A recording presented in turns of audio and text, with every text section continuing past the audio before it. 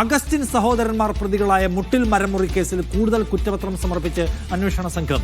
ഇതോടെ റോജി അഗസ്റ്റിൻ, ജോസുകുട്ടി അഗസ്റ്റിൻ, ആന്റോ അഗസ്റ്റിൻ എന്നിവർ പ്രതികളായ 41 കേസുകളിലും പോലീസ് കുറ്റപത്രം സമർപ്പിച്ചു. ഫൈസൽ നെടുമ്പാല വയനാട്ടിൽ നിന്ന് വിവരങ്ങളുമായി. ഫൈസൽ, അപ്പോൾ ഈ കേസിലെല്ലാം പോലീസിന്റെ ഉത്തരവാദിത്വം കഴിഞ്ഞോ? നിഷാദ്, മുട്ടിൽ മരമുറി കേസിൽ നേരത്തെ തന്നെ ഏറ്റവും അധികം വിവാദമുണ്ടായിരുന്നത് പോലീസ് കുറ്റപത്രം സമർപ്പിച്ചില്ല എന്നുള്ളതാണ്.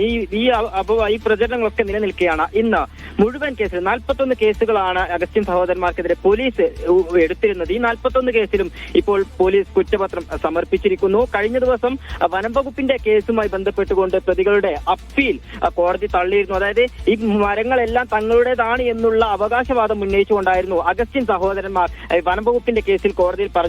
എന്നാൽ കോടതി പൂർണ്ണമായി ഇത് തള്ളി. ഇത് സർക്കാരിന്റെയോ റവന്യൂ വകുപ്പിന്റെയോ ഭൂമിയിൽ നിന്ന് മുറിച്ചെടുത്ത മരങ്ങളാണ് എന്നുള്ള ഒരു വിധി കഴിഞ്ഞ ദിവസം വന്നിരുന്നു. അതിന് തൊട്ട് പിന്നാലെയാണ് ഇപ്പോൾ പോലീസും എല്ലാ കേസുകളിലും കുറ്റപത്രം സമർപ്പിച്ചിരിക്കുന്നത്. 36 കേസുകളിലാണ് ഇത് കുറ്റപത്രം സമർപ്പിച്ചിരുന്നത്. ആകെ 41 കേസുകളാണ് ഉണ്ടായിരുന്നത്. അഗസ്റ്റിൻ സഹോദരന്മാർ പൂർണ്ണമായും ഇതിൽ പ്രതികളാണ് എന്നുള്ളതാണ് കുറ്റപത്രത്തിലുള്ളത് എന്നുള്ള വിവരങ്ങളാണ് നമുക്ക് ലഭിക്കുന്നത്.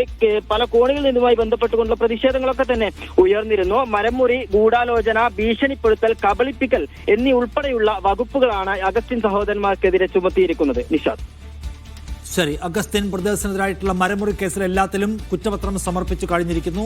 വളരെ സീരിയസ് ആയിട്ടുള്ള വകുപ്പുകൾ ഇവർക്കെതിരെ ചുമത്തിയിട്ടുണ്ട് എന്നാണ് ഇപ്പോൾ നമ്മൾ മനസ്സിലാക്കുന്നത്. ചാർജ് ഷീറ്റ് സമർപ്പിച്ചു കഴിഞ്ഞിരിക്കുകയാണ്. ഫൈസൽ നെടുമ്പാല വിവരങ്ങൾ നൽകിയത്.